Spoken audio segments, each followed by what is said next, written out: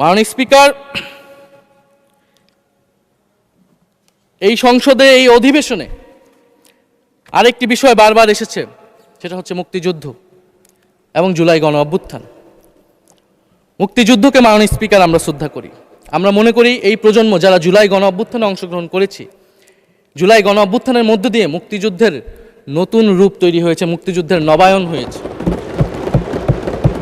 মাননীয় স্পিকার, ফলে মুক্তিযুদ্ধের সাথে জুলাই গণ অভ্যুত্থানের কোনো সাংঘর্ষিক অবস্থান নেই। আমরা বারবার বলেছি মুক্তিযুদ্ধ, জুলাই গণ অভ্যুত্থান হচ্ছে মুক্তিযুদ্ধেরই আরেকটি ধারাবাহিকতা। মুক্তিযুদ্ধে আমরা সাম্য মানবিক মর্যাদার কথা বলেছি, জুলাই গণ অভ্যুত্থানে আমরা বৈষম্য বিরোধী গণতান্ত্রিক বাংলাদেশের কথা বলেছি। মাননীয় স্পিকার, কোথায় পার্থক্য, কোথায় আলাদা, এবং কোন ঘটনা বড় কোন ঘটনা ছোট, এটা অহৈতুক তর্ক। মাননীয় স্পিকার, আমরা কেউ বলি নাই যে জুলাই গণ অভ্যুত্থান মুক্তিযুদ্ধের থেকে বড়, বা জুলাই গণ অভ্যুত্থান 90-এর থেকে বড় বা 90-এর থেকে ছোট। জুলাই গণ অভ্যুত্থান এক বিশেষ ঘটনা বাংলাদেশের ইতিহাসে, মুক্তিযুদ্ধ এক বিশেষ ঘটনা, মুক্তিযুদ্ধ বাংলাদেশের ফাউন্ডেশন। মাননীয় স্পিকার, এটার ব্যাপারে আমরা আনকম্প্রোমাইজেবল, এটা নিয়ে কোনো বিতর্কের কোনো সুযোগ নাই। তবে এই কথাটা ওনারাই বারবার বলে মুক্তিযুদ্ধকেও ছোট করতেছেন, জুলাই গণ অভ্যুত্থানকেও ছোট করতেছেন। আরেকটি বিষয় মাননীয় স্পিকার, মুক্তিযুদ্ধর কথা যখন এসেছে, আমরা যে সাম্প্রতিক সময়ে জাতীয় মুক্তিযোদ্ধা কাউন্সিল জামুকা আইন সংশোধন করা হলো, অধ্যাদেশ পাশ করা হলো, সেখানে কিন্তু একটা গুরুত্বপূর্ণ সংশোধনী এসেছে। মুক্তিযোদ্ধাদের সংজ্ঞা থেকে মুজিব বাহিনীকে বাদ দেওয়া হয়েছে। মাননীয় স্পিকার, এবং আপনারা জানেন যে এই মুজিব বাহিনী, সেটাকে সংযুক্তির মাধ্যমে হাজার হাজার ছাত্রলীগের নেতাকর্মীকে মুক্তিযোদ্ধা সার্টিফিকেট দেওয়া হয়েছিল। মাননীয় স্পিকার, মুজিব বাহিনীর রোল কি ছিল, এটা আপনারা এখানে যারা অভিজ্ঞ মাননীয় স্পিকার অনেক মুক্তিযোদ্ধা আছেন, তারা ভালো করেই জানেন। মুজিব বাহিনী তৈরি হয়েছিল অন্তর্ঘাত তৈরি করার জন্য। তারা অস্ত্র হাতে দেশে পাকিস্তান বাহিনীর বিরুদ্ধে যুদ্ধ করে নাই। তারা দেশে ঢুকে মুক্তিযুদ্ধের আওয়ামী লীগ বাদে অন্য যেই পক্ষগুলো রয়েছে তাদেরকে হত্যা করেছিল। মাননীয় স্পিকার, ফলে মুজিব বাহিনী কিন্তু কোনো মুক্তিযোদ্ধা না বর্তমান আইন অনুসারে। কিন্তু এখানে অনেক মুজিব বাহিনীর কিছু লোক আছেন, তারা নিজেদেরকে মুক্তিযোদ্ধা হিসেবে বারবার জাহির করছে।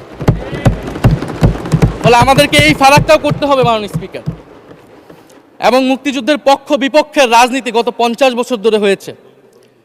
আমরা এই সমাধান এখনো কেন করতে পারিনি? মাননীয় স্পিকার, এর দায়ভার কে নেবে? বিএনপি কি নেবে না, যারা 29 বছর জামাতের সাথে রাজনীতি করেছে?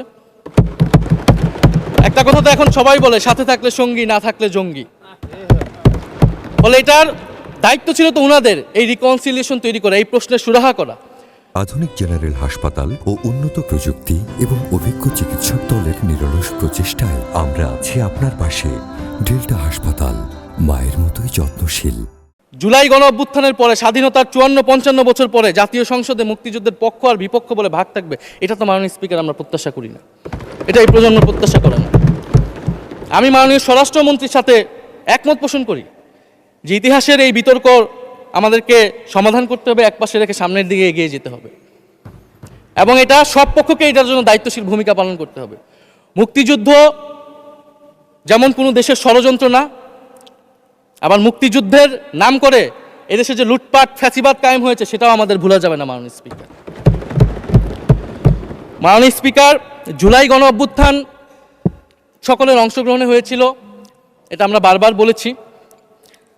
তবে বিএনপির বিভিন্ন সদস্য তারা তাদের আলোচনায় বারবার বলার চেষ্টা করে যে আমরা ছিলাম না, আমরা তো এভাবে ছিলাম, এভাবে ছিলাম। এটা তো প্রমাণ করার প্রয়োজন নাই। মাননীয় স্পিকার, এটা কেন এত হীনমন্যতা আমাদের এটা বুঝে আসে না।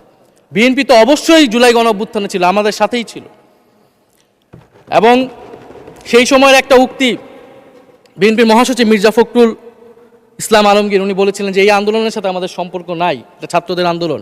তার ওই বক্তব্য সঠিক ছিল। মাননীয় স্পিকার, তার ওই সময়ে কৌশলগত অবস্থান এটাই সঠিক ছিল। উনি ওই সময় এই বক্তব্যই প্রয়োজন ছিল, এটাতে তো আমাদের কোনো দ্বিমত নাই। মাননীয় স্পিকার, আমাকে ডিজিএফআই, ডিবি, এসবি, বাংলাদেশের হেন কোনো গোয়েন্দা সংস্থা নাই যারা আমাকে ইন্টারগেশন করেছে, টর্চার করেছে, এবং একটা কথা বারবার বলানোর চেষ্টা করেছিল যে এই আন্দোলন বিএনপি জামাতের আন্দোলন, যারা আগুন লাগিয়েছে তারা বিএনপি জামাতের সন্ত্রাসী। এটা একবার তোমরা শুধু বলো। ডিবি অফিসের শেষ পর্যন্ত আমরা বাধ্য হয়েছি আন্দোলন স্থগিতের ঘোষণা দিতে, কিন্তু কখনো এই কথাটা মাননীয় স্পিকার আমরা বলিনি।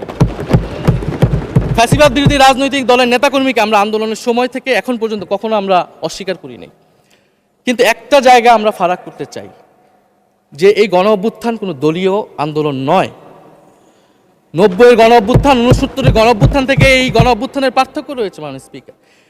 এই গণ অভ্যুত্থানে ফ্যাসিবাদ বিরোধী রাজনৈতিক দলের নেতাকর্মীরা নেতৃত্বে নয়, সামনে পিছনে ছিল মাননীয় স্পিকার, সামনে সাধারণ জনগণ ছিল, ছাত্ররা ছিল। ফলে সেই হিসেবেই এই গণ অভ্যুত্থানকে স্বীকৃতি দেওয়া উচিত। এখন যদি বলা হয় যে অমুকের নেতৃত্বে এই গণ অভ্যুত্থান হয়েছে, আমাদের লোকেরা এই গণ অভ্যুত্থান করেছে, এটা মাননীয় স্পিকার এই গণ অভ্যুত্থানের সাথে যারা সাধারণ মানুষ নেমেছিল, যারা শহীদ হয়েছে, তাদের সাথে মাননীয় স্পিকার বিশ্বাসঘাতকতা করা হবে। ফলে জুলাই গণ অভ্যুত্থানের সকলের অংশগ্রহণ ছিল। হ্যাঁ, আমাদের অনেক মতপার্থক্য, জুলাই গণ অভ্যুত্থানের পরে আমাদের রাস্তা আলাদা হয়ে গেছে আমরা মনে করি রাজনৈতিকভাবে, কিন্তু গণ অভ্যুত্থান আমরা একসাথেই করেছিলাম মাননীয় স্পিকার। এবং আমি দুইটা কোটেশন বলতে চাই মাননীয় স্পিকার।